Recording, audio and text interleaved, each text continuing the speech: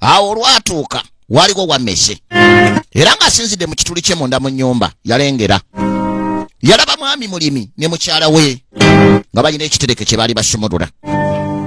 Wammese yatandika okwebuuza nga yeewuunya, baleese kamera ki ako ke ngenda okulyako ekiro ky'olwaleero?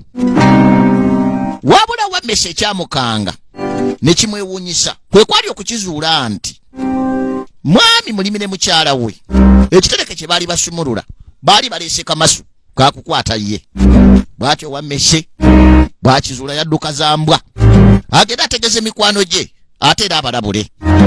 Yasookera wa Wankoko n'amugaa nti wategedde mwami mulimi ne mukyala we baleese akamasu ewaka. Kati no Wankoko yali wano ng'akukkolya bwa bujjogola ku ttaka.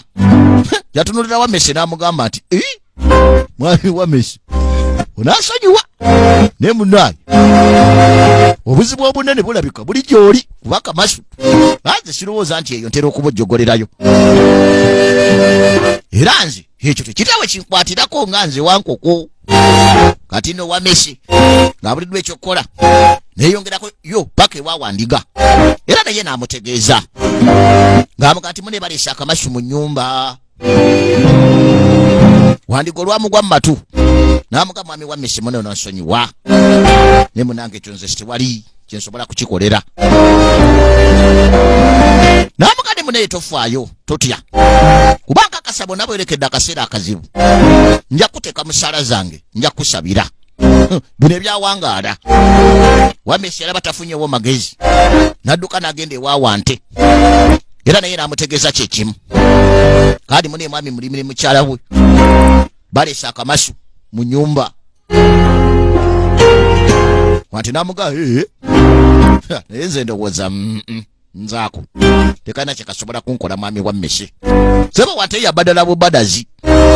Bw'atyo Wammese yakwata ekkubo n'adda mu nnyumba nga yina ennaku emubuganye era nga n'amaanyi gamuwedde. N'alindirira butya bw'agenda okweŋŋanga akamasu yekka nga taweereddwa amagezi. Kati ekiro kyatuuka. Mu kiro ekyo Wammese yawulira eddoboozi nga kirabika nti akamasu kalina kye kaali kakutte ekitaliiye. Kati mukyala mulimi yazuukuka. Kwate kuba okulaba ogubadde mu nzikiza. Jjukira yava mu tulo nga n'amaaso tegalaba bulungi ate nga tataddeeko ttaala kati nga tasobola kulaba. Akamasu kaali kakutte ki? Kumbe kaali kakutte musota nga kakukutte eno ku mukira oba emabega waagwo. Kaakati omusota bwe guwulira gy'asaatuuka ne gw'obojja mulimi ng'akwata mukyala we ng'amuddusa mu ddwaliro. Musota gwamubojja akamasu kaagakwata akakira wabula mukyala mulimi bamusiibula mu ddwaliro naye n'asigalamu ekisujjasujja. Kati okumuyamba okuwonera ddala yali yeetaaga supu ayokya. Era bunnambiro mwami mulimi ebirowoozo byamuddukira ku Wankoko yayinza okuvaamu ekirungo ekiyinza okuyamba mukyala we okuwona. Baamufumbira Wankoko wabula omusujja gwagenda mu maaso mukyala teyawona. Balirwana ne batandika okujja okumukyalira mukyala mulimi mulwadde mukyala mulimi mulwadde bakyala. Kaakati munange okubategekera abagenyi ekimere ekijjulo. Mwami mulimi teyafumba Wandiga ne teyalutonda wabula ekyomukisa omubi bambi. Mukyala mulimi teyawona omusujja gwamweyongera era n'afa. Kale bw'atyo mwami mulimi ng'asigadde yekka yatunda Wante okufuna ssente ziteekateeka amaziika. Wante baamutwala mu lufula era naye teyawona.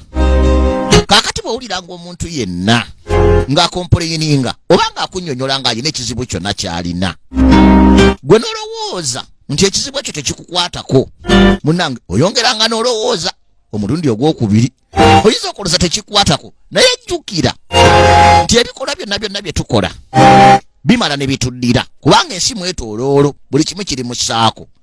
Kyokka ebintu bwe bidda emirundi egisinga obungi bidda n'okuwoolera eggwanga bidda byesasuza. Agamba nti yalinga obubaka buno eri abaagalwa abo nabo bakimanyi